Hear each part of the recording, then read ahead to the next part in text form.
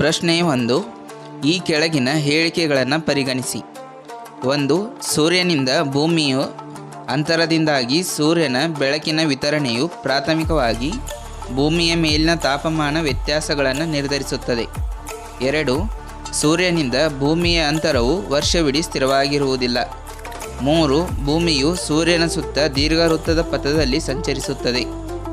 ಮೇಲಿನ ಹೇಳಿಕೆಗಳಲ್ಲಿ ಎಷ್ಟು ಸರಿ? ಆಪ್ಷನ್ ಎ 1 ಮತ್ತು 2, ಆಪ್ಷನ್ ಬಿ 2 ಮತ್ತು 3, ಆಪ್ಷನ್ ಸಿ 1 ಮತ್ತು 3, ಆಪ್ಷನ್ ಡಿ ಮೇಲಿನ ಎಲ್ಲ.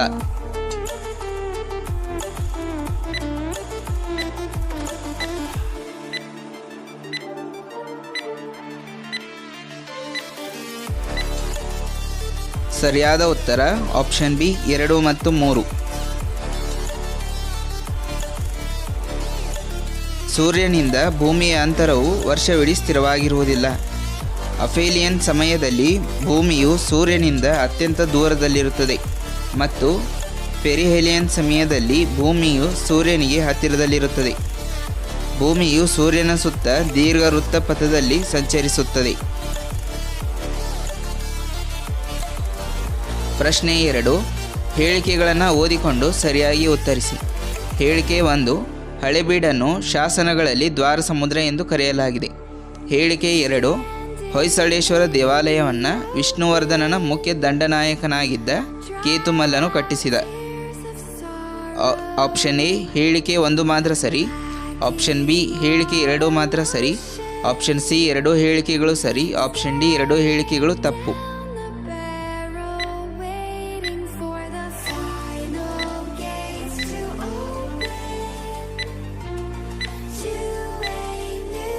ಸರಿಯಾದ ಉತ್ತರ ಆಪ್ಷನ್ ಸಿ 2 ಹೇಳಿಕೆಗಳು ಸರಿ.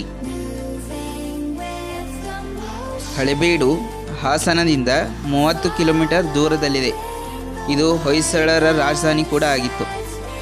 ಇದನ್ನು ಶಾಸನಗಳಲ್ಲಿ ದ್ವಾರ ಸಮುದ್ರ ಎಂದು ಕರೆಯಲಾಗಿತ್ತು. ಹೊಯ್ಸಳರನ್ನು ದ್ವಾರಾವತಿ ಪುರವರಾಧೀಶ್ವರರು, ದ್ವಾರ ಸಮುದ್ರದ ಹೊಯ್ಸಳರು ಎಂದು ಕೂಡ ಉಲ್ಲೇಖಿಸಲಾಗಿದೆ. ಹಳೇಬೀಡಿನಲ್ಲಿ ಹೊಯ್ಸಳೇಶ್ವರ ದೇವಾಲಯ, ಕೇದಾರೇಶ್ವರ ದೇವಾಲಯ, ಜೈನ ಬಸದಿ ಮತ್ತು ಶ್ರೀರಂಗನಾಥನ ದೇವಾಲಯಗಳಿವೆ. ಹೊಯ್ಸಳೇಶ್ವರ ದೇಗುಲ ಹಳೇಬೀಡಿನಲ್ಲಿ ಪ್ರಮುಖ ಆಕರ್ಷಣೆಯಾಗಿದೆ. ಇದಕ್ಕೆ 4 ದ್ವಾರಗಳಿವೆ. ಇದು ಹೊಯ್ಸಳ ದ್ವಿಕೂಟ ಮಾದರಿ ದೇವಾಲಯವಾಗಿದೆ. ಇದನ್ನು ಹೊಯ್ಸಳ ವಿಷ್ಣುವರ್ಧನನ ಮುಖ್ಯ ದಂಡನಾಯಕನಾಗಿದ್ದ ಕೇತುಮಲ್ಲನು ಸುಮಾರು ಕ್ರಿಸ್ತಶಕ 1121ರಲ್ಲಿ ಕಟ್ಟಿಸಿದನು. ಪ್ರಶ್ನೆ 3. ಹ್ಯಾನ್ಲೆ ಮತ್ತು ಮೆರಾಕ್ ವೀಕ್ಷಣಾಲಯಗಳು ಭಾರತದ ಯಾವ ರಾಜ್ಯ ಅಥವಾ ಕೇಂದ್ರಾಡಳಿತ ಪ್ರದೇಶದಲ್ಲಿವೆ? Option A Sikkim, option B Arunachal Pradesh, option C Ladakh, option D Paschima Bangala.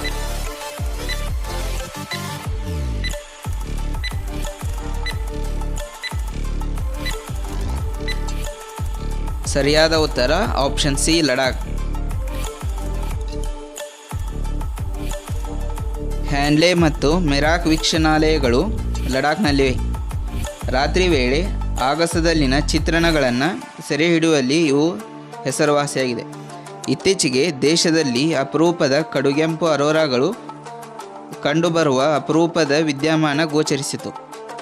ಸೌರ ಕಣಗಳು ಭೂಮಿಯ ಕಾಂತವಲಯ ಸಂಪರ್ಕಕ್ಕೆ ಬಂದಾಗ ರಾತ್ರಿ ಆಕಾಶದಲ್ಲಿ ಕಂಡುಬರುವ ಬೆಳಕಿನ ಪ್ರಭೆಗಳೇ ಅರೋರಾಗಳು. ಪ್ರಶ್ನೆ 4. ಗೋಲ್ಡನ್ ಕ್ರೆಸೆಂಟನ್ನು ಸಾಮಾನ್ಯವಾಗಿ ಈ ಕೆಳಗಿನ ಯಾವ ಅಕ್ರಮ ಅಫೀಮು ಬೆಳೆಯುವ ದೇಶಗಳ ಉಲ್ಲೇಖದ ಪದವನ್ನಾಗಿ ಬಳಸಲಾಗುತ್ತದೆ? ಆಪ್ಷನ್ ಎ ಮಯನ್ಮಾರ್, ಥೈಲ್ಯಾಂಡ್ ಮತ್ತು Laos, option B Iraq, Syria ಮತ್ತು Iran, option C Pakistan, Afghanistan ಮತ್ತು Iran, option D Bharata, Bangladesh ಮತ್ತು ಮಯನ್ಮಾರ್.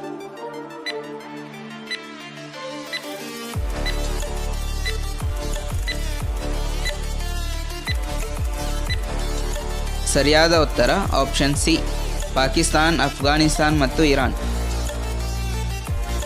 ಪ್ರಶ್ನೆ 5.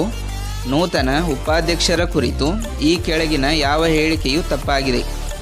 ಆಪ್ಷನ್ ಎ NDA ನಾಮನಿರ್ದೇಶಿತ ಜಗದೀಪ್ ಧನ್ಕರ್ ಅವರು ಭಾರತದ 14ನೇ ಉಪಾಧ್ಯಕ್ಷರಾಗಿ ಆಯ್ಕೆಯಾದರು.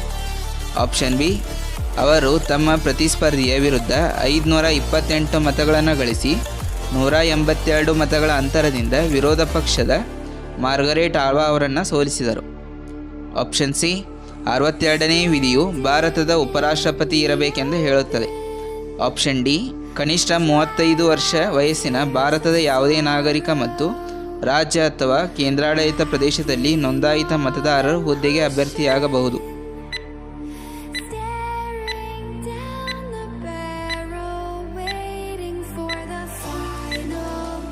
ಸರಿಯಾದ ಉತ್ತರ ಆಪ್ಷನ್ ಸಿ, 62ನೇ ವಿಧಿಯು ಭಾರತದ ಉಪರಾಷ್ಟ್ರಪತಿ ಇರಬೇಕೆಂದು ಹೇಳುತ್ತದೆ. ಪ್ರಶ್ನೆ 6. ಈ ಕೆಳಗಿನ ಯಾವ ಜೋಡಿಯು ಸರಿಯಾಗಿ ಹೊಂದಾಣಿಕೆಯಾಗಿದೆ? 1. ಸ್ವದೇಶಿ ಚಳವಳಿ 1905, 2. ಮಾರ್ಲೆ ಮಿಂಟೋ ಸುಧಾರಣೆಗಳು 1909, 3. ಲಕ್ನೋ ಒಪ್ಪಂದ 1916. ಆಪ್ಷನ್ ಎ 1 ಮತ್ತು 2 ಮಾತ್ರ, ಆಪ್ಷನ್ ಬಿ 2 ಮಾತ್ರ, ಆಪ್ಷನ್ ಸಿ 3 ಮಾತ್ರ, ಆಪ್ಷನ್ ಡಿ ಮೇಲಿನ ಎಲ್ಲವೂ.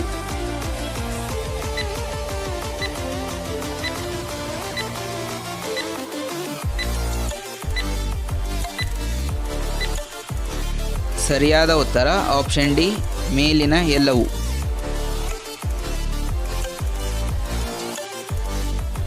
ಪ್ರಶ್ನೆ 7.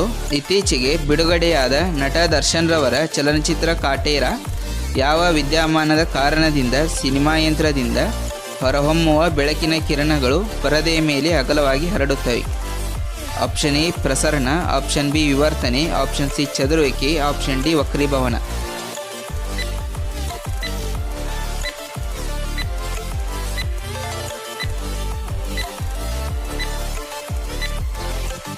ಸರಿಯಾದ ಉತ್ತರ ಆಪ್ಷನ್ ಬಿ ವಿವರ್ತನೆ. ಪ್ರಶ್ನೆ 8. ಭಾರತದ ರಾಷ್ಟ್ರಗೀತೆ ಕುರಿತು ಈ ಕೆಳಗಿನ ಯಾವ ಹೇಳಿಕೆಯು ತಪ್ಪಾಗಿದೆ? ಆಪ್ಷನ್ ಎ, ಮೂಲ ರಾಷ್ಟ್ರಗೀತೆಯನ್ನು ಬಂಗಾಳಿ ಭಾಷೆಯಲ್ಲಿ ಬರೆಯಲಾಗಿದೆ. ಆಪ್ಷನ್ ಬಿ, ಇದನ್ನು ಭಾರತದ ಸಂವಿಧಾನ ರಚನಾ ಸಭೆಯು 26 ಜನವರಿ 1951ರಂದು ಭಾರತದ ರಾಷ್ಟ್ರಗೀತೆ ಎಂದು ಘೋಷಿಸಿತು. ಆಪ್ಷನ್ ಸಿ, 1911ರಲ್ಲಿ ಡಿಸೆಂಬರ್ 27ರಂದು ಕೋಲ್ಕತ್ತಾದಲ್ಲಿ ಭಾರತೀಯ ರಾಷ್ಟ್ರೀಯ ಕಾಂಗ್ರೆಸ್ ನಡೆಸಿದ ಅಧಿವೇಶನವು ಹಾಡನ್ನು ಸಾರ್ವಜನಿಕವಾಗಿ ಹಾಡಿದ ಮೊದಲ ಸ್ಥಳವಾಗಿದೆ. ಆಪ್ಷನ್ ಡಿ ಎಲ್ಲ ಸರಿಯಾದ ಹೇಳಿಕೆಗಳು.